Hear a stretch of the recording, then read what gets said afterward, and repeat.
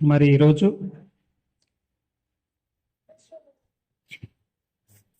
చక్కటి దేవుడి మాటలను మనం బైబిల్ నుంచి పరిశీలిద్దాం.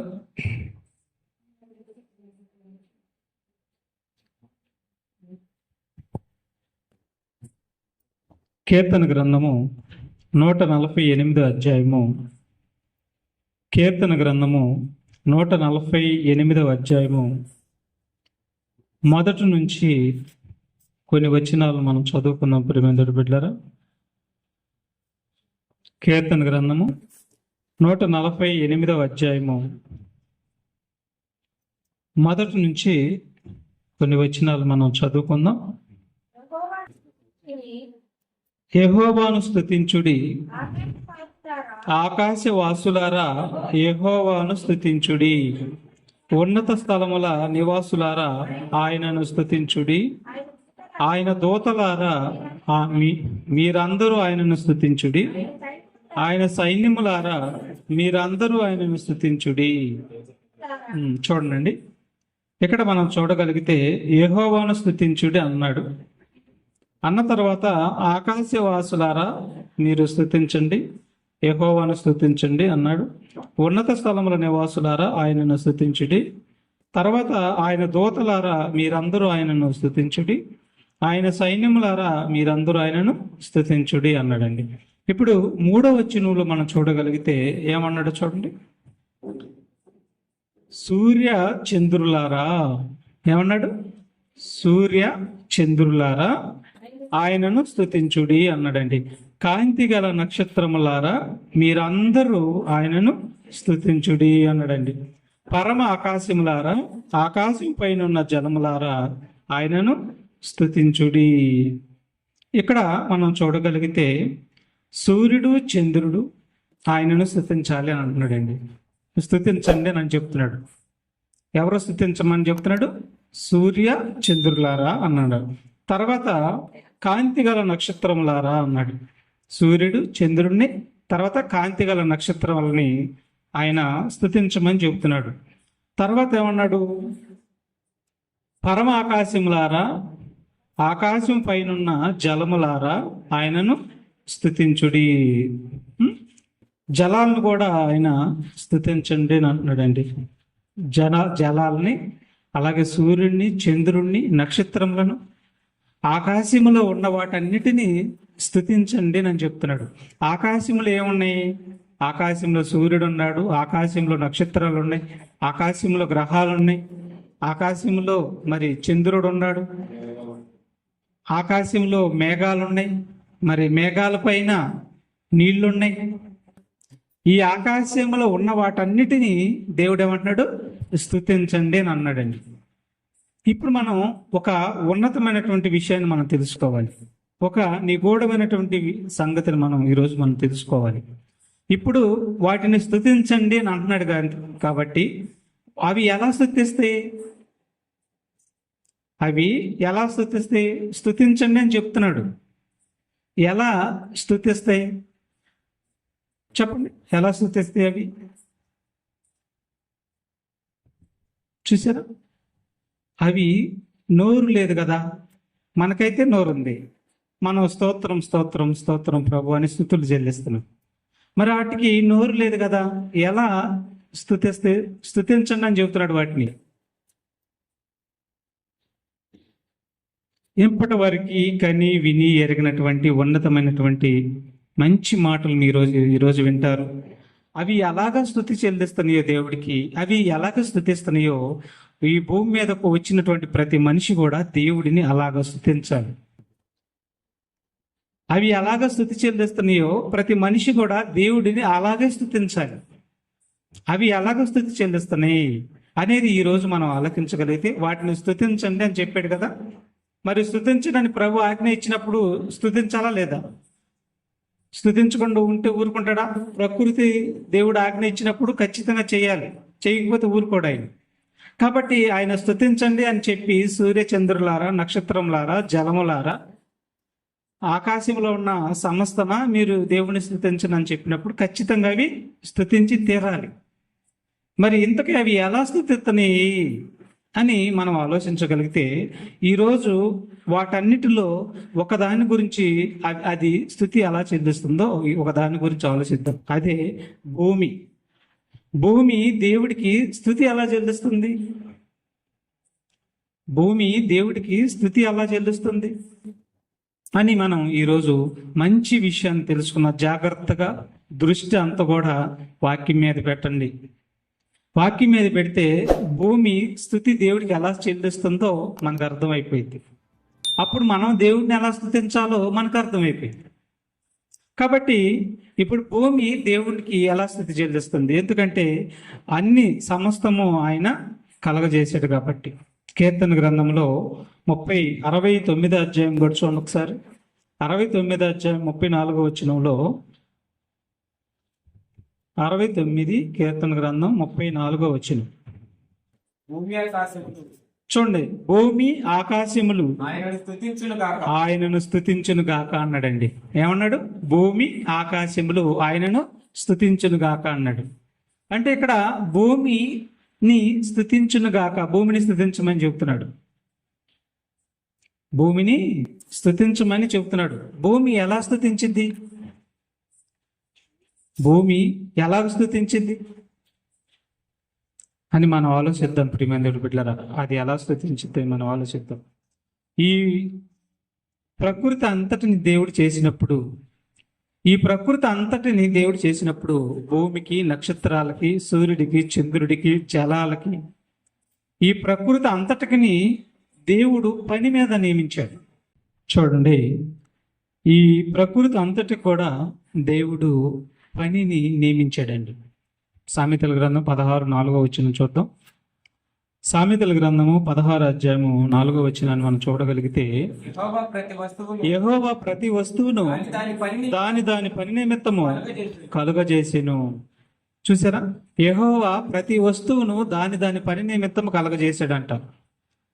నక్షత్రాలకు పని, సూర్యుడికి పని, చంద్రుడికి పని, అలాగే నీటికి పని, మేఘాలకు పని, మంచుకు పని, వర్షానికి పని, అలాగే భూమికి కూడా పని. ప్రతి వస్తువుని దాని పని నిమిత్తము యెహోవా కలగజేసాను అన్నాడు. ప్రతి వస్తువుకి పని నియమించి కలగజేశాడు. ఏంటి ఆ పని అంటే, నీ పని చేయటానికి, నీ అవసరత తీర్చడానికి, నీ యొక్క ఆకలి తీర్చడానికి, నిన్ను బ్రతికించటానికి, ప్రతిది కూడా ఈ భూమి మీద దేవుడు ఈ సృష్టి అంతా కూడా చేయటం అనేది జరిగిందండి. దానిలో భూమి ఒక పాత్రను పోషిస్తుంది. మనకి మన అవసరత తీర్చుటలో, మనల్ని బ్రతికించుటలో దేవుడి చిత్త ప్రకారం భూమి ఒక పాత్రను పోషిస్తుంది. ఏంటి ఆ పాత్ర అంటే, ఒకసారి చూడండి ఆ మాట. కీర్తన గ్రంథం 148 అధ్యాయంలో 6వ వచనం చూద్దాం. 6వ వచనం మనం చూడగలిగితే, ఆయన వాటిని నిత్య స్థాయిలుగా స్థిరపరిచి ఉన్నాడు. ఆయన వాటికి కట్టడ నియమించను, ఏది దానిని అతిక్రమించదు. వాటికి నీ గురించినటువంటి కట్టడ నియమించాడంట. భూమికి కట్టడ నియమించాడు. భూమికి కట్టడ ఏంటి చెప్పమంటారా? భూమి తన చుట్టూ తాను తిరగాలి. భూమి తన చుట్టూ తాను తిరిగే కాలం ఎంత? 24 గంటలు. దీని కట్టడ. ఎందుకంటే భూమి తిరిగితేనే కాలాలు మనకు వస్తాయి, రోజులు మనకు వస్తాయి, వారాలు వస్తాయి, నెలలు వస్తాయి, సంవత్సరాలు వస్తాయి. భూమి తిరిగితేనే ఇవన్నీ మనకు వచ్చేది. కాబట్టి భూమిని తిరగమని దేవుడు ఆజ్ఞ జారీ చేశాడు. సుమారు కొన్ని కోట్ల సంవత్సరాల క్రితం భూమి తిరుగుగాక అని చెప్పినప్పుడు, అప్పుడు తిరగటం మొదలైనటువంటి భూమి యుగాంతం వరకు కూడా భూమి తిరుగుతూనే ఉండిద్ది, నాన్ స్టాప్గా తిరుగుతూనే ఉండిద్ది. చూసారా? దేవుడు మాట పలకంగానే పరిగెత్తుతుంది భూమి. భూమి గంటకు 1,11,600 కిలోమీటర్ల స్పీడ్తో తిరుగుతుంది. అప్పుడు నుంచి యుగాంతం వరకు తిరుగుతూనే ఉండిద్ది భూమి. ఎందుకు తెలుసా? నీకు కాలాలు తేవాలని, నీకు రోజులు తేవాలని, నీకు సంవత్సరాలు తేవాలని, నీకు పగలు రాత్రి తేవాలని భూమి తన చుట్టూ తాను తిరుగుతుంది. ఆ కాలం 24 గంటలు. మళ్ళీ భూమి తన చుట్టూ తాను తిరుగుచు సూర్యుని చుట్టూ తిరిగి వస్తుంది. ఎవరి చుట్టూ తిరిగి వస్తుంది? సూర్యుని చుట్టూ. సూర్యుని చుట్టూ తిరిగి వచ్చే కాలం ఎంత? ఏమో మీకు తెలుసు, చదువుకున్నారు. ఎంత? తన చుట్టూ తాను తిరిగే కాలం ఎంత? 24 గంటలు. తన చుట్టూ తాను తిరుగుచు సూర్యుని చుట్టూ తిరిగి వచ్చే కాలం ఎంత అమ్మా? తన చుట్టూ తాను తిరిగే కాలం 24 గంటలు. సూర్యుని చుట్టూ తిరిగి వచ్చే కాలం 365 రోజుల కాలం. చూసారా? ఈ కాలాలు రావాలంటే తన చుట్టూ గ్రహం తిరగాలి, నాన్ స్టాప్. అసలు రెస్ట్ లేదు భూమికి. కొన్ని కోట్ల సంవత్సరాల నుంచి భూమికి రెస్ట్ లేదు. బంగారం తిరిగినట్టు గిర్రం తిరుగుతుంది. అట్లా తిరుగుచు మళ్ళీ సూర్యుని చుట్టూ తిరిగి వస్తుందండి. ఇలాగ వస్తుందండి. ఇలాగ సూర్యుడికి దేవుడు కట్టడి నియమించాడు. అది అతిక్రమించకుండా ఆనాటి నుండి ఈనాటి వరకు కూడా, యుగాంతం వరకు కూడా తిరుగుచూనే ఉండిద్ది. అది చూసారా? కట్టడ ఆజ్ఞను అతిక్రమించదు అది. తర్వాత మరొక మాట, ఏబు గ్రంథం 37 అధ్యాయంలో, ఏబు గ్రంథం 37 అధ్యాయంలో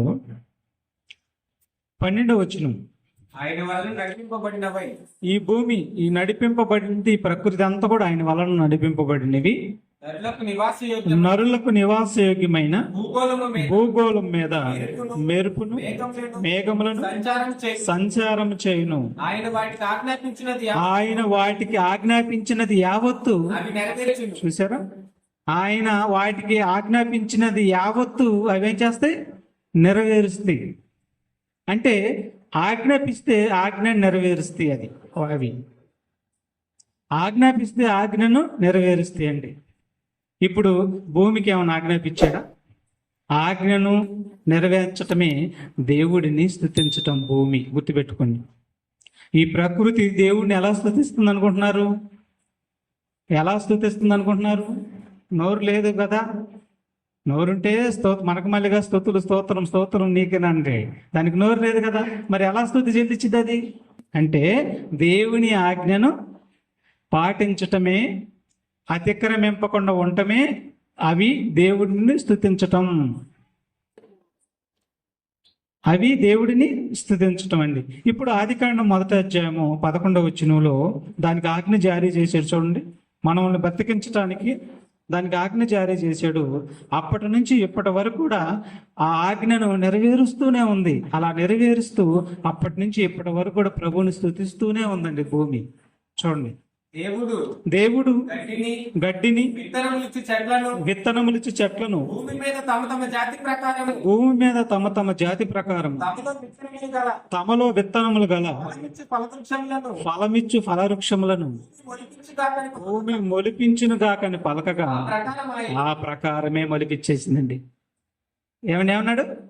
భూమి ఫలవృక్షములను గడ్డిని విత్తనములిచ్చు చెట్లను భూమి మీద తమ తమ జాతి ప్రకారము తమలో విత్తనములు గల ఫలమిచ్చు ఫలవృక్షములను భూమి మొలిపించునుగా కానీ పలకగా ఆ ప్రకారమే ఆయన ఆజ్ఞాపించాడు. భూమికి ఆజ్ఞాపించాడండి. ఎప్పుడు ఆజ్ఞాపించాడు? కోట్ల సంవత్సరాల క్రితం అండి. సుమారు శాస్త్రవేత్తల లెక్కల ప్రకారం ఈ సృష్టి పుట్టంట 1500 కోట్ల సంవత్సరాలు అయిందంట. మరి దానికి ఆజ్ఞాపించాడంట. దానికి ఆజ్ఞాపిస్తే మరి అప్పటి నుంచి ఇప్పటి వరకు కూడా, లేదంటే యుగాంతం వరకు కూడా భూమి తన ఆజ్ఞను నెరవేరుస్తూనే ఉంటుంది. ఇప్పటి వరకు కూడా మరి ఫలవృక్షం ఇచ్చు చెట్లను మొలిపించింది భూమి. అలాగే గడ్డిని మొలిపిస్తుంది, విత్తనములు గల చెట్లను మొలిపిస్తుంది. అప్పటి నుంచి ఇప్పటి వరకు కూడా భూమి మొలిపిస్తూనే ఉంటుందండి. మొలిపించిందండి, ఆజ్ఞ నెరవేర్చిందండి. అంటే దేవుని ఆజ్ఞను నెరవేరుస్తుంది భూమి, దేవుడి చిత్తాన్ని నెరవేరుస్తుంది భూమి. అలాగ నెరవేరుస్తూ దేవుడికి స్తుతులు చెల్లిస్తుంది భూమి. విన్నారా ఎప్పుడైనా మీరు? దేవుడికి ప్రకృతి స్తుతి ఎలా చెల్లిస్తుందో చూడండి. దేవుడు ఆ ఆజ్ఞను నెరవేరుస్తూ భూమి దేవుణ్ణి స్తుతి చెల్లిస్తుందండి. కీర్తన గ్రంథం 147 అధ్యాయం చూడండి. 147 అధ్యాయం 15వ వచనం. 147 అధ్యాయము 17వ వచనం.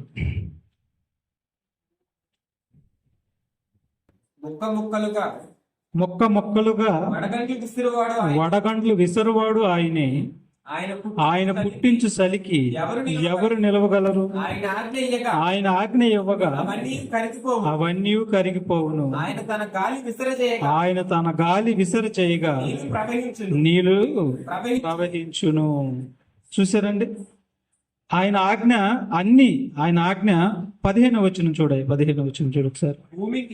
భూమికి ఆజ్ఞనిచ్చువాడు ఆజ్ఞ ఇచ్చేవాడు ఆయనే. చూసారా, వాక్యము మొదటి వచనం. భూమికి ఏమి ఇస్తున్నాడంట? ఆజ్ఞ ఇస్తున్నాడంట.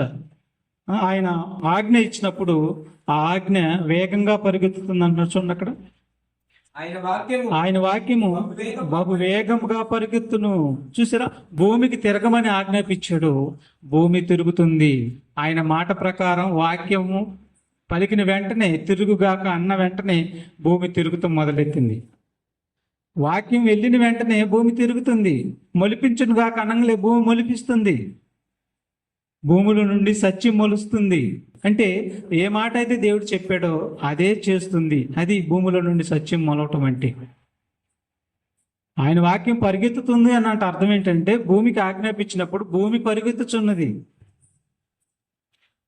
చూసారా, ఈ విధంగా దైవ చిత్తాన్ని నెరవేరుస్తూ దేవుడు తనకు ఆజ్ఞాపించినది యావత్తు కూడా భూమి క్రమం తప్పకుండా, ఆజ్ఞను అతిక్రమించకుండా భూమి కోట్ల సంవత్సరాల క్రితం నుంచి ఇప్పటి వరకు కూడా తిరుగుచు దేవుడిని గణపరుస్తుంది, దేవుడికి స్తుతి చెల్లిస్తుంది.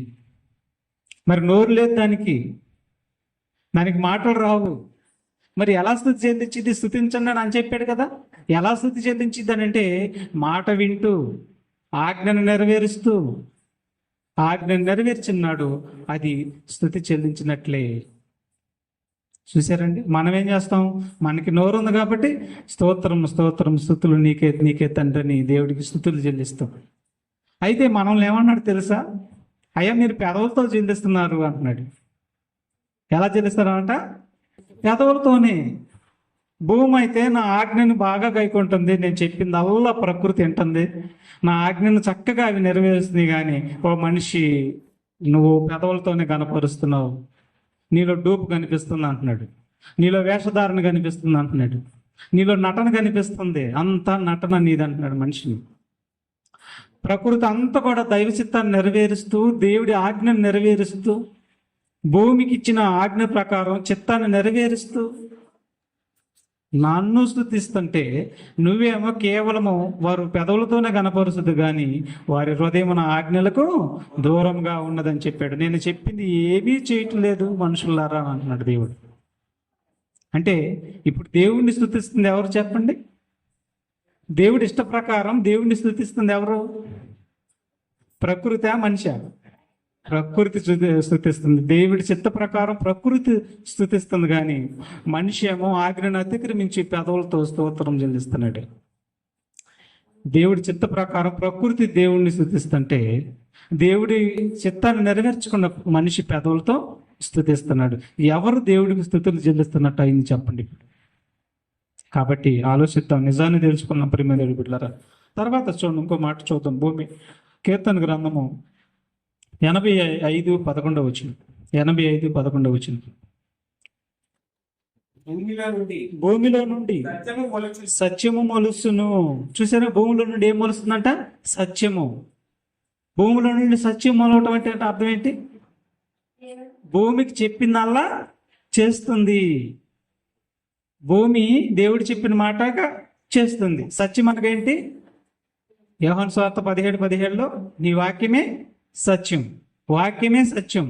దానికి పలికేడు, భూమి మొలిపించునుగా కన్నాడు, భూమి విత్తనము గల చెట్లను మొలిపించునుగా కన్నాడు. అలాగే మొలిపిస్తుంది. అంటే భూమిలో నుంచి ఏం మొలుస్తుంది?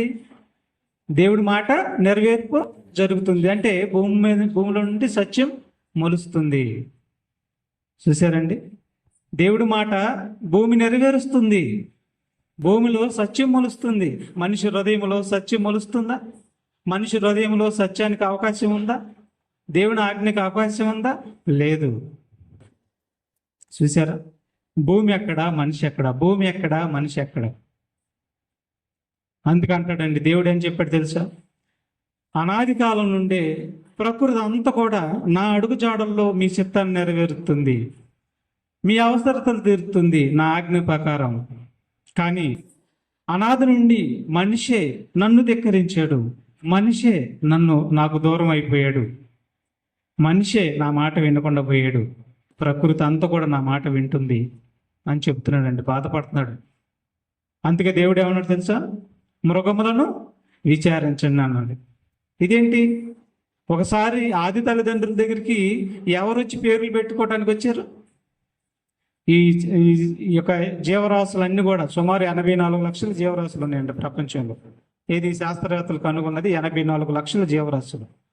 సరే, అలాగనుకున్నా ఈ 84 లక్షల జీవరాశులు ఎవరి దగ్గర పేరు పెట్టుకోవడానికి వచ్చినాయి? ఆదాము దగ్గర పేరు పెట్టుకోవడానికి వచ్చింది. ఆదాము జీవం కలిగిన వాటన్నిటికీ ఏం చేసాడు? పేర్లు పెట్టాడు. ఇప్పుడు పేర్లు పెట్టిన తర్వాత ఇప్పుడు దేవుడు ఎవరి దగ్గరికి వెళ్ళమంటున్నాడు?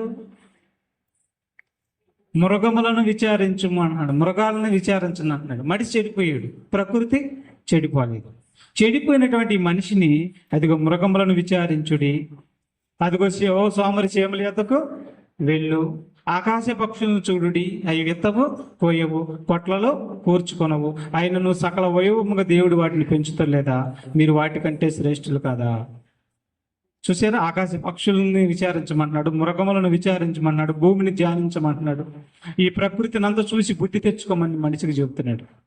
ఎందుకంటే ప్రకృతి దేవుని ఆజ్ఞ నెరవేరుస్తుంది, దేవుడికి స్తుతులు చెల్లిస్తుంది.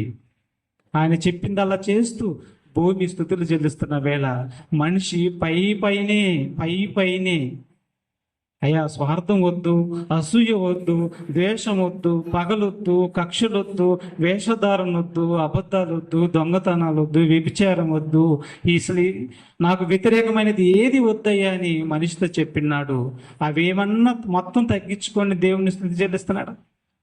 వాక్యం బాగా చదువుకోమని చెప్పాడు, చదువుకుంటున్నాడు, ఏమీ లేదు, ఇవేమి లేదు. అంటే దేవుడు చెప్పింది ఏమి కూడా మనిషి వింటలేదు. నీ శత్రువుని ప్రేమించమన్నాడు, నీ శత్రువు ఆకలి కొనేస్తే భోజనం పెట్టమన్నాడు. నిన్ను కుడి చెంప మీద కొట్టువాడికి ఎడం చెంప కూడా చూపమని చెప్పాడు. తను తాను తగ్గించుకోమన్నాడు. ఇవన్నీ కూడా ప్రభు ఆజ్ఞల్లో చెప్పాడు. వీటన్నిటిని చేస్తూ దేవుని ఆజ్ఞను ఎవరైనా నెరవేరుస్తున్నారా? అలా నెరవేర్చి స్తుతులు చెల్లిస్తున్నారా? అలా స్తుతులు చెల్లిస్తేనే ఆ స్తుతులు చెల్లుతాయి తప్ప కేవలం పెదవులతో కనపరిచినందువల్ల ఆ స్థుతులు చెల్లవు అని భూమిని చూసి మనం నేర్చుకోవాల్సి వస్తుంది. ఇప్పుడు తర్వాత చూడండి, కీర్తన గ్రంథం 7వ అధ్యాయం. ఇప్పుడు దేవుడు మనుషుల కోసం చేసినటువంటి భూమి ఎలాగైతే మనుషుల యొక్క అవసరతలు తీర్చడానికి, మరి దేవుడిచ్చిన ఆజ్ఞ ప్రకారం ఎలాగైతే మన అవసరతలు తీర్చడానికి దేవుడి ఆజ్ఞ ప్రకారం మన అవసరతలు తీరుతుందో, ఎవరి కోసమైతే ఈ భూమిని చేశాడో అదే భూమిలో ఉన్నటువంటి పంటని, అదే భూమిలో ఉన్నటువంటి సారాన్ని, కాయల్ని, ఆకుకూరల్ని, మాంసాన్ని, పక్షుల్ని, వీటన్నిటిని భూసారాన్ని మనిషి తినేసి దేవుడి కోసం బ్రతకనున్నాడు. దేవుడు పిలుస్తున్నా దేవుడి యొద్దకు రానప్పుడు, దేవుడు పిలుస్తున్నా దేవుడి చిత్తాన్ని నెరవేర్చినప్పుడు భూమికి పని మార్చాడండి. గుర్తుపెట్టుకోవాలి మాట మీరు. దేవుడు భూమికి పని మార్చాడు. భూమి దేవుడు చెప్పిందల్లా చేసిద్ది. దేవుడు ఏది చేయమంటే అది భూమి చేసిద్ది.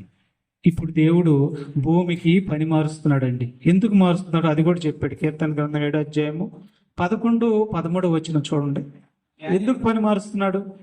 న్యాయమును బట్టి ఆయన తీర్పు తీర్చును, ఆయన ప్రతి దినము కోపపడు దేవుడు. ఏమంటే ఎందుకు కోపడుతున్నావు తండ్రి? అయ్యా నువ్వు కరుణామయుడు కదా, నువ్వు జాలి కలిగిన దేవుడు కదా, నువ్వు దయగలిగిన దేవుడు కదా, ఎందుకయ్యా నీకు కోపం అని మనం అడిగితే ప్రభు అంటున్నాడు, అయ్యా నీకేం తెలుసు, మీకేం తెలుసు నా బాధ మీకేం తెలుసు? కోట్ల సంఖ్యలో దెయ్యము మింగేస్తుంది.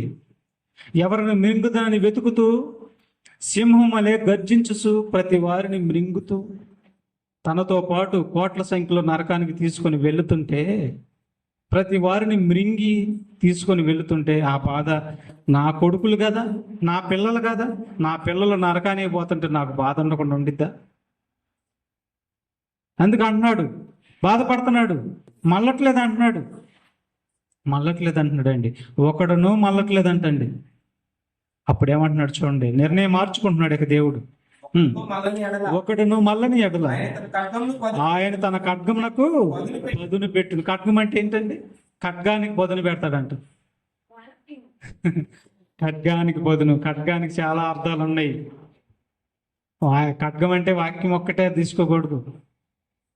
ఖడ్గం అంటే ఆ, అర్థం చెప్తాడు చూడండి, ముందుకు చెప్తాడు చూడండి ఖడ్గం అంటే ఏంటో. తన విల్లు ఎక్కుపెట్టి తన విల్లు ఎక్కుపెట్టి దానిని సిద్ధపరిచి ఉన్నాడు. దానిని సిద్ధపరిచి ఉన్నాడు. వాని కొరకు వాని కొరకు మరణ సాధనములను మరణ సాధనములను సిద్ధపరిచి ఉన్నాడు. మల్లని వాని కొరకు, మల్లని వాని కొరకు మరణ సాధనాలని సిద్ధపరిచి ఉన్నాడు. ఏంటి ఆ మరణ సాధనాలు అంటే? ఈ ప్రకృతే. అర్థమవుతుందా? దేవుడి చేతిలో ఆయుధం ఏంటి? ఈ ప్రకృతే.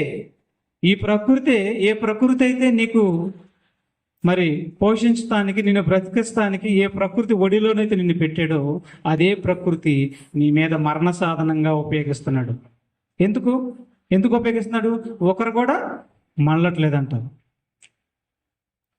ఒకరు కూడా మళ్ళట్లేదంట. మళ్ళనప్పుడు ఆయన ఏం చేస్తున్నాడు? మరణ సాధనాలుగా ఈ ప్రకృతిని మనిషి మీద మలుస్తున్నాడండి. తట్టుకోగలడా? ఏమండి? ఇండోనేషియా, జపాన్లో 2004 డిసెంబర్ 26 ఏం జరిగింది? సుమారు 2,50,000 మంది సునామీ దెబ్బకి బలైపోయారండి. 2,50,000 మంది. కొన్ని సందర్భాల్లో భూమి కంపించింది. భూమికి ఆజ్ఞ జారీ చేస్తున్నాడు. ఎందుకంటే యేసుక్రీస్తు వారు ఏమన్నాడు తెలుసా? నా రాకడకు ముందు అక్కడక్కడ కరువులను, యుద్ధములను, అక్కడక్కడ భూకంపములను సంభవిస్తాయి అని చెప్పాడండి. అంటే ఎక్కడ పాపం విస్తరించిందో అక్కడ భూమి కదిలిపోద్దంట.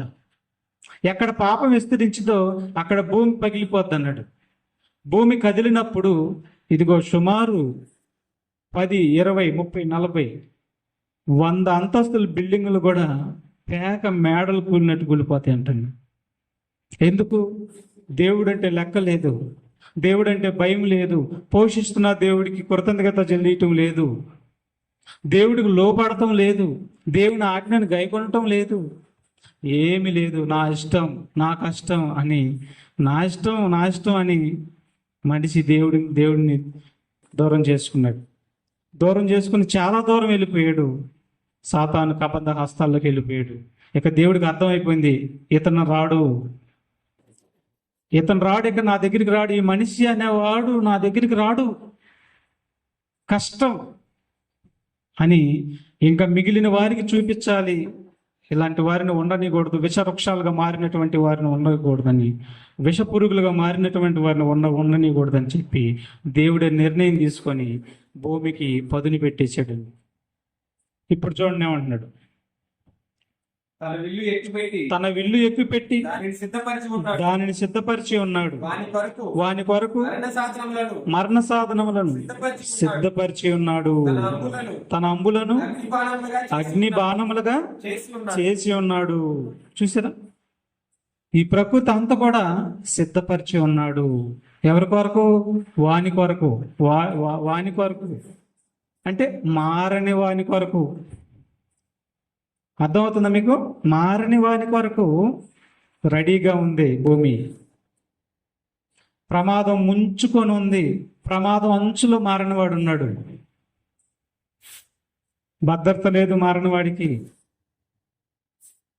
భూమి నుంచి ప్రమాదం, మంచు నుంచి ప్రమాదం, గాలి నుంచి ప్రమాదం, అగ్ని నుంచి ప్రమాదం, ఇటు నుంచైనా సరే మొత్తానికి ఈ ప్రకృతిలో ఉన్నాడు కాబట్టి మారని మనిషి ప్రక్కనే ప్రమాదం కాసుకొని ఉందన్నాడండి. ఏమిటి ఎంత ప్రమాదం ఉందో చూసారా? అర్థమవుతుందా? ఎవరికైనా అర్థమవుతుందా ప్రమాదం? ఎవరికి అర్థం కాదండి. ఎందుకంటే ఈ దెయ్యం ఏం చేసిందంటే మనోనేత్రాలకు గుడ్డితనం కలగజేసింది కాబట్టి దేవుడి దగ్గరికి రావటం కష్టం, రాలేరు, బాధ. కాబట్టి ఇక సంఖ్యాకాండం మనం చూడగలిగితే చూడండి, అది ఎలా తిరుగుబాటు చేస్తుందో చూడండి. భూమి భూమిని మరణ సాధనంగా చేశాడండి. నిన్ను బ్రతికిస్తానికి చేసినటువంటి భూమిని ఇప్పుడు మారణ మనిషి మీద మరణ సాధనంగా వినియోగిస్తున్నాడు. చూడండి అది ఏం చేస్తుందో మనిషిని చూడండి ఒకసారి. సంఖ్యాకాండము 16 అధ్యాయము 1 నుంచి 5 వరకు మొదటగా చదువుకున్నాం.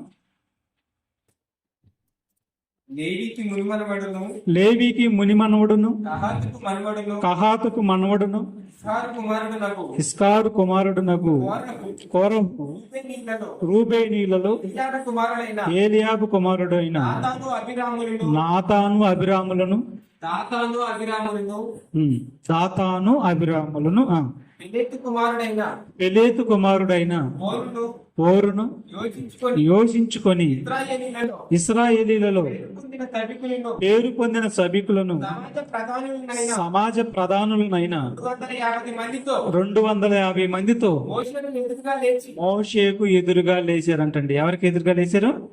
మోషేకు ఎదురుగా లేచారంట. మోషేతో అంటున్నారంట, నీతోనే నా దేవుడు మాట్లాడేది, మాతో మాట్లాడరా? నువ్వేనా గొప్ప? నువ్వేనా మమ్మల్ని పరిపాలించేది? దేవుడు మా స్వరం వింటాడు, దేవుడు మాతో కూడా మాట్లాడతాడు, మేము ప్రార్థన చేసినా వింటాడు, ఏంటి నీ గొప్ప అన్నట్టుగా మోషే మీద తిరుగుబాటు చేశారండి. 5 వచ్చిన వరకు చూడండి. మోషే అహరోనులకు మోషే అహరోనులకు విరోధంగా పోగుపడి చూడండి, ఎవరికి విరోధంగా పోగుపడ్డారంట? మోషే అహరోనులకు విరోధంగా పోగుపడ్డారండి. ఒక సేవకుడికి విరోధంగా పోగుపడకూడదండి, పాపం అండి. అర్థమైందా?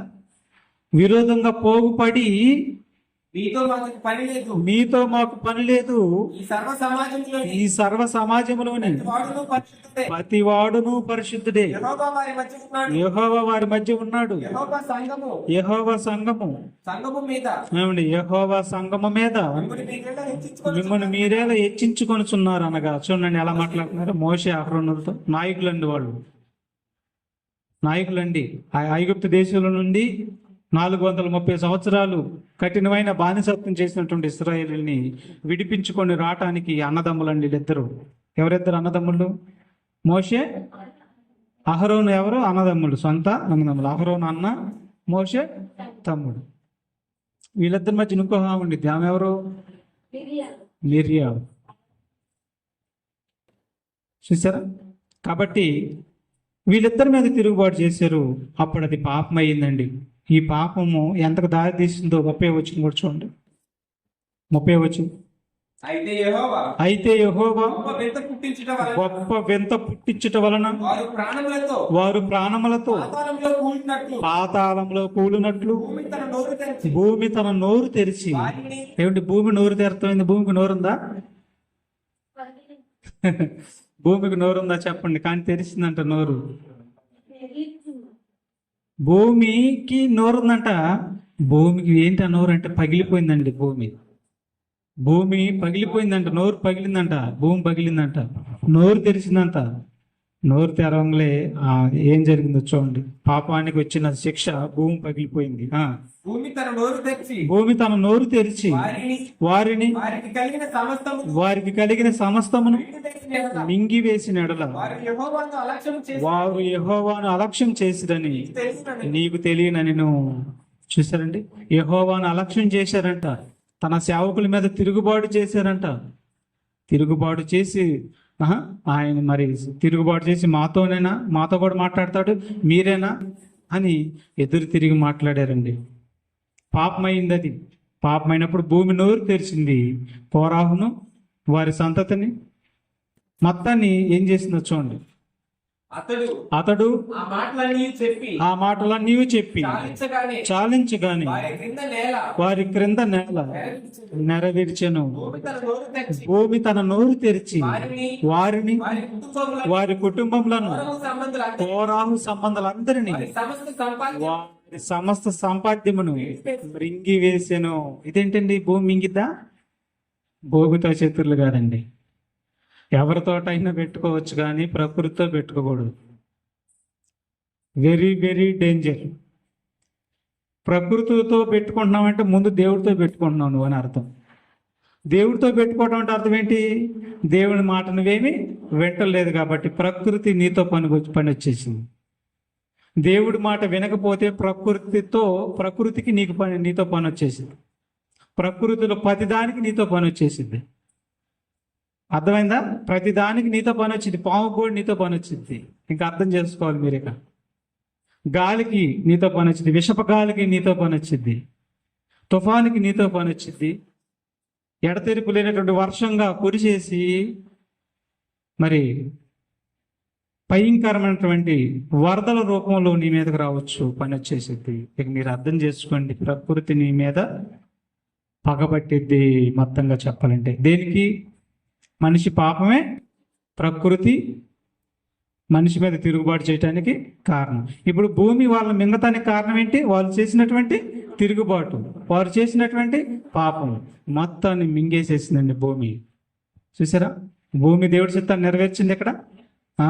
అది పండాలన్నా పండిద్ది, తిరుగంటే తిరుగుతుంది, పండంటే పండుతుంది, వారి ఆకలి తీర్చంటే తీరుస్తుంది.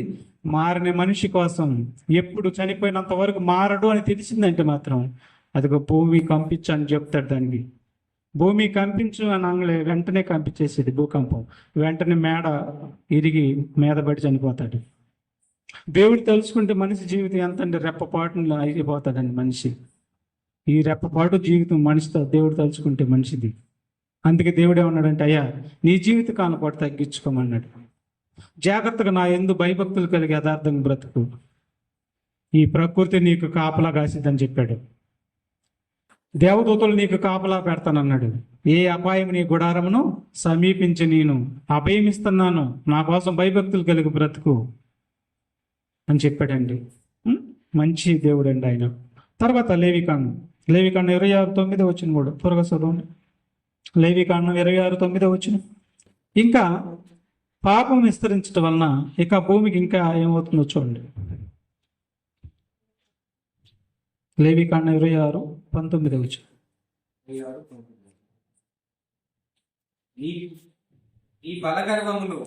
మీ బలగర్వమును భంగపరిచి ఆకాశం ఇనుము వలెను భూమి ఇత్తడి వలెను ఉండ చేసేదను. చూసారండి, మనిషి తన బలం మీద ఆధారపడుతున్నాడు కానీ దేవుడి మీద ఆధారపడతలేదండి. మనిషి తన బలం మీద ఆధారపడుతున్నాడు. దేవుడు పంట ఇచ్చాడనే సంతోషం లేదు, దేవుడు బ్రతికిస్తున్నాడనే సంతోషం లేదు. పాపం మీద పాపం చేసుకుంటూ పోతూ బలాన్ని నమ్ముకుంటున్నాడు, బలగాన్ని నమ్ముకుంటున్నాడు, ధనాన్ని నమ్ముకుంటున్నాడు, దగా పడుతున్నాడు, మోసపోతున్నాడు, దేవుణ్ణి అన్యాయం చేస్తున్నాడు, దేవుణ్ణి ధిక్కరిస్తున్నాడు, దేవుడు ఆజ్ఞను ధిక్కరిస్తున్నాడు. ఇలా ధిక్కరించినాడు భూమికి ఆజ్ఞ జారీ చేస్తారంట. అది ఎలా ఉంటుందంటే పండదంటే అది ఎలా ఉంటుంది అన్నాడు. దానికి ఇత్తడి వలె ఆకాశం గట్టిగా ఉండిద్ది అంటే వర్షం కురవదంట. భూమి ఇత్తడి ఉండ చేసేది అంటే పంటదంట. పండగపోవటం వలన కరువు వచ్చేసింది. కరువు వస్తే నీ బలం ఏమైపోయింది? ఉడికిపోయింది. నీ చర్మం ఎముకలు కతుకుపోయింది. కొన్ని దేశాల్లో ఇప్పుడు గతి పట్టిందండి. కొన్ని దేశాల్లో ఉందండి పరిస్థితి. ఇథియోపియా ఇంకా కొన్ని దేశాల్లో పిల్లలు చూశారు మీరు? ఎలా ఉన్నారు వాళ్ళు? ఒంటి మీద ఏమి లేదు, చర్మం అంతా కూడా ఎముకలు కతుకుపోయింది. ఈ పొట్ట ఇంత లవం వచ్చేసింది. కరువు తాండ్రవాడుతుంది. ఏడ పాపం విస్తరించుతో అక్కడ కాడు ఈ భూమి ఇత్తడైపోయింది అన్నాడు. చాలా మంది ఏమంటారు? పాపంతో ఏమంటారండి? నాతో పెట్టుకోబాక ఏమైంది అంటారు? మాట వరుసగా ఏమైంది అంటారు? ఇత్తడైపోయిద్దరు అంటారు. దేవుడు అంటున్నాడు ఇప్పుడు, భూమిని చూడు ఇత్తడి చేసిద్ది నిన్నని. భూమి ఇత్తడి చేసిద్ది అంట మనిషిని. భూమి ఇత్తడైపోయింది అంట. ఇత్తడైపోతే నీ యొక్క కండంతా కరిగిపోయింది. చూసారా దేవుడు ఎంత జ్ఞానమైన మాటలు ఉన్నాయి బైబిల్లో? ఎంత జ్ఞానమైన మాటలు బైబిల్లో మన కోసం రాయించాడు ప్రభు. చూడండి. కాబట్టి ప్రేమందుడు బిడ్డలారా, ఏ భూమి అయితే నీ కోసం పెట్టాడో అదో భూమి నువ్వు మాట వినున్నాడు, పాపం ఎక్కువైపోయినాడు, ఆ భూమి నీ కింద ఇత్తడిగా మారిపోయింది, నీ బలగర్వం కరిగిపోయింది అని చెప్పాడు. తర్వాత ఇంకో మాట చూద్దాం. మత్తయి సువార్త 24:8 మత్తయి సువార్త 24:8 చూడండి. అక్కడక్కడ అక్కడక్కడ కనువిలును, యేసు ప్రభు చెబుతున్నాడండి, యుగాంతానికి ముందు సూచనలు చెప్తున్నాడు. అక్కడక్కడ కరువులను, కరువులను, భూకంపములను భూకంపములను కలుగును. కలుగును. ఇవన్నీయు ఇవన్నీ వేదనలకు ప్రారంభం వేదనలకు ప్రారంభం. ప్రారంభము. చూసారా, అక్కడక్కడ కరువులు, భూకంపము. అక్కడక్కడ అంటే ఎక్కడ పాపం విస్తరించింది అక్కడ కరువు వచ్చిందంట, అక్కడ భూకంపాలు వస్తాయని చెప్పాడండి. అంటే భూకంపం వచ్చినప్పుడు మనుషులు నష్టపోతారా? నష్టపోతారు. గుజరాత్లోను మరి ఇతరత్ర దేశాల్లోనూ ఎప్పుడు భూకంపాలు వస్తాయి అలా మనుషుల నష్టం జరిగింది. ఎందుకంటే పాపం విస్తరిస్తుందని చెప్తున్నాడు. మరొక మాట ప్రకటన గ్రంథం 11:13 కూడా చూడండి ఒకసారి. ప్రకటన గ్రంథము, భూకంపం వస్తే దాని తీవ్రత ఎంత దారుణంగా ఉండితో చెప్తున్నాడండి. ప్రకటన గ్రంథము 11:13 వచ్చిన చూద్దాం. ఆ గడియలోనే గొప్ప గొప్ప భూకంపం కలిగినందున ఆ పట్టణములో 10వ భాగము కూలిపోయేది. 10వ భాగము కూలిపోయాను. ఆ భూకంపం వలన 7,000 మంది చచ్చిరి. 7,000 మంది చచ్చిరి. మిగిలినవారు చూడండి ఎంతమంది చచ్చిపోయారంట? 7,000 మంది. అంటే ఎందుకు చెబుతున్నాడంటే ఈ మాట? భూకంపం వచ్చింది అని అంటే అక్కడ మరణం తాండ్రపడిద్దండి. కొద్దిగా కావచ్చు, ఎక్కువగా కావచ్చు, కొద్దిగా కావచ్చు, ఎక్కువగా కావచ్చు, మొత్తానికి మృత్యు అనేది మాత్రం తాండ్రపడిద్ది వచ్చేసి. ఎందుకు వచ్చిందంటే విస్తరించింది పాపం. ఎక్కడ పాపం విస్తరించిందో అక్కడ భూమి ఏం చేసింది? కదిలిద్ది అన్నాడు. కదిలిందంటే మరణం వచ్చేసింది. ఇప్పటి వరకు మనం భూమి దేవుడి చిత్తాన్ని నెరవేరుస్తూ దేవుడి కోసం మరి అది స్తుతులు చెల్లిస్తుంది. దేవుడు చెప్పిన ఆజ్ఞలన్నిటినీ అవి తప్పకుండా, క్రమం తప్పకుండా స్తుతులు చెల్లిస్తుంది. అయితే 2 వచనాలు మనం చెప్పుకున్నాం. ఈ మనిషి దేవుడికి స్తుతి ఎలా చెల్లిస్తున్నాడో చూడండి ఒకసారి. మార్క్స్ వార్త చూడండి ఒకసారి. మార్క్స్ వార్త 7వ అధ్యాయము 6-7 వచనాలు చూద్దాం ఒకసారి. మనిషి ఎలా స్తుతి చెల్లిస్తున్నాడు చూడండి ఒకసారి. అందుకు ఆయన వారితో ఇలా చెప్పాను, ఈ ప్రజలు పెదవులతో నన్ను గణపరుచుదురు గాని వారి హృదయం నాకు దూరముగా ఉన్నది. చూసారు, ఈ ప్రజలంట పెదవులతో నన్ను గణపరుచుదురు గాని దేవుడు చెప్పిన మాటలన్నిటికీ హృదయం ఎక్కడ ఉందంట? దూరంగా ఉందంట. దేవుడు చెప్పిన ప్రతి ఆజ్ఞకు దూరంగా ఉండిపోయిందంటండి. పెదవులతో మాత్రం నన్ను గణపరుస్తున్నారు అన్నాడండి. ఇప్పుడు అదే యేసుప్రభు ఏమన్నాడంటే లోకసువార్త 6:46 చూడండి. ఇలాగా హృదయాన్ని దూరంగా చేసుకొని పెదవులతో నాకు స్తుతి చెల్లించినందువలన, పెదవులతో నన్ను ఆరాధించినందువల్ల మీకేం ఉపయోగం లేదని అంటున్నాడు. ఒకసారి చూడండి. నేను చెప్పు మాటల ప్రకారం మీరు చేయక ప్రభువా అని నన్ను పిలుచుట ఎందుకు? చూసారా ఉన్నాడు. నేను చెప్పిందేమో మీరేమి వింటలేదు, నేను చెప్పిన ఆజ్ఞలకి నీ హృదయం నాకు ఇవ్వటం లేదు, నేను ఎన్ని చెప్పినా మీరు చేయటం లేదు, కానీ పెదవులతో ఏం చేస్తున్నారు మీరు? ప్రభువా ప్రభువా అని నన్ను పిలుస్తున్నారు, నన్ను స్తుతి చెల్లిస్తున్నారు. నాకు భూమి ఏం చేస్తుంది? భూమి నా ఆజ్ఞను నెరవేరుస్తూ నాకు స్తుతి చెల్లిస్తుంది. మరి నువ్వేం చేస్తున్నావు? నేను చెప్పింది ఏమీ చేయట్లేదు, పెదవులు మాత్రం తో స్తుతి చెల్లిస్తున్నావు, పెదవులతో స్తుతి చెల్లిస్తున్నావు. మనిషి దేవుడికి ఇష్టమైన స్తుతి చెల్లిస్తున్నాడా? భూమి దేవుడికి ఇష్టంగా ఉండి స్తుతి చెల్లిస్తుందా? ఆలోచించండి. ఇప్పుడు ఆలోచించండి. దైవ కుమారుడండి మనిషి. దేవుణ్ణి దగా చేశాడు, దేవుణ్ణి మోసం చేశాడు, దేవుణ్ణి అన్యాయం చేశాడు మనిషి. భూమి తల ఉంచి ఎప్పటికీ అతిక్రమించదండి. భూమి దైవ చిత్తాన్ని నెరవేరుస్తూ ఇప్పటి వరకు కూడా దేవుడికి స్తుతులు చెల్లిస్తూనే ఉంది ప్రభువుకి. అంటే దేవుడి మాట వింటమే భూమి స్తుతులు చెల్లించటం. మనిషి మాత్రం ఆజ్ఞల మీద ఆజ్ఞలు అతిక్రమించి పెదవులతో మాత్రమే స్తుతులు చెల్లిస్తున్నాడు. ఈ స్తుతులు దేవుడి దగ్గరికి వెళ్ళవని చెప్తున్నాడు. వెళ్ళవు, అతిక్రమాలకు తగిలి కిందకు వచ్చేస్తాయి అవి. ఇప్పుడు చూడండి, కీర్తన గ్రంథము 78, కీర్తన గ్రంథం 78 అధ్యాయము 35 వచనం 37 వచనం చూడండి. ఆనాడు ఇశ్రాయేలీని ఉద్దేశించి మాట్లాడుతూ ఏమంటున్నాడు చూడండి ఒకసారి. దేవుడు తమకు దేవుడు తమకు ఆశ్రయ దుర్గమని చూడండి, దేవుడిని చాలా జాగ్రత్తగా పొగుడుతున్నారంట. దేవుడిని చాలా జాగ్రత్తగా దేవుడికి ప్రార్థన చేస్తున్నారంట. కానీ దేవుడు తమకు ఆశ్రయ దుర్గమని అంటున్నారంట. కానీ మాట వింటలేదంట. అదే వచ్చింది తంట. అదే అంటున్నాడు చూడండి ఒకసారి.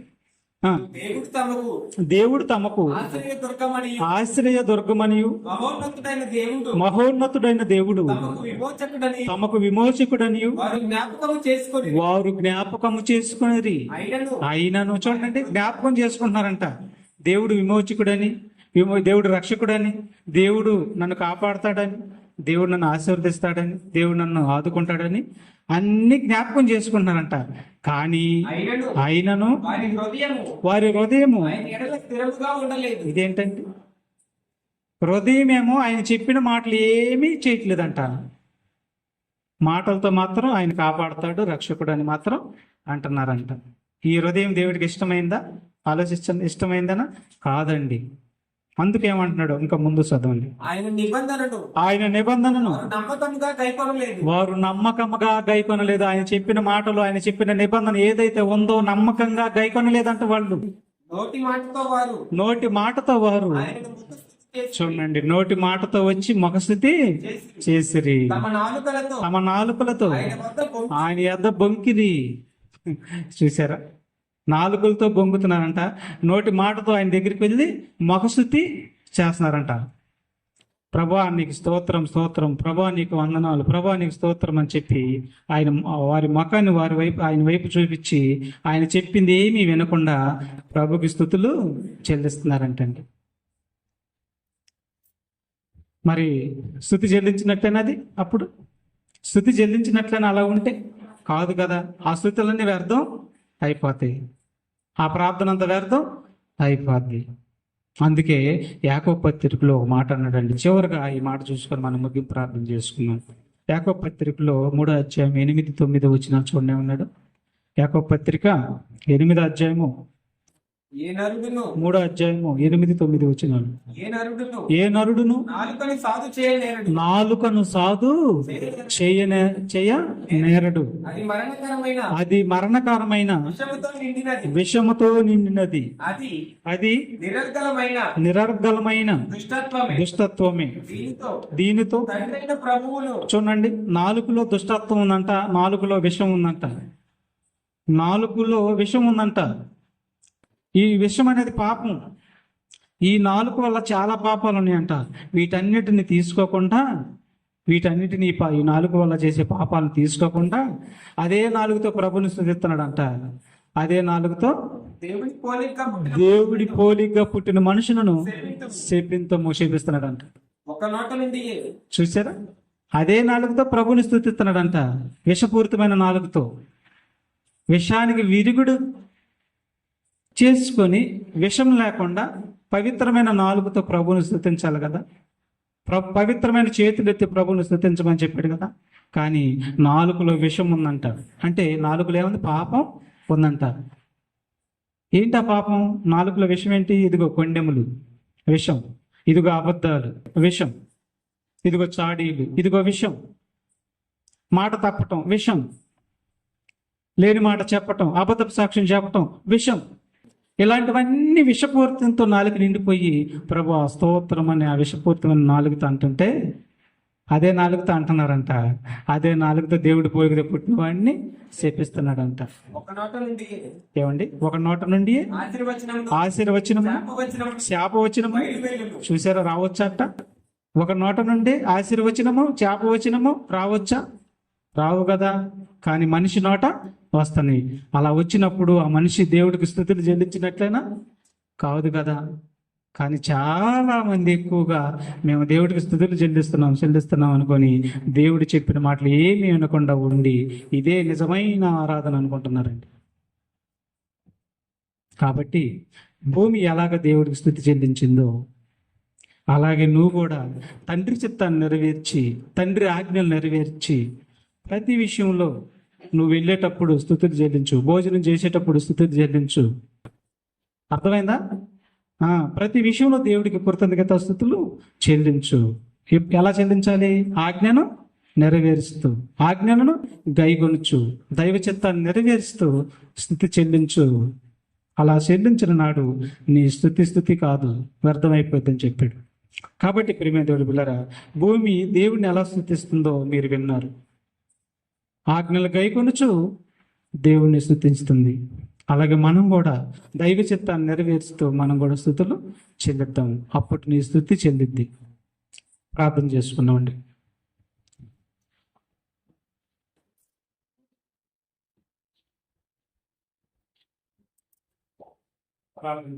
దయచేసి అందరూ కూడా తలలో ఉంచుకోండి. మరి మన మధ్యలో ఉన్నటువంటి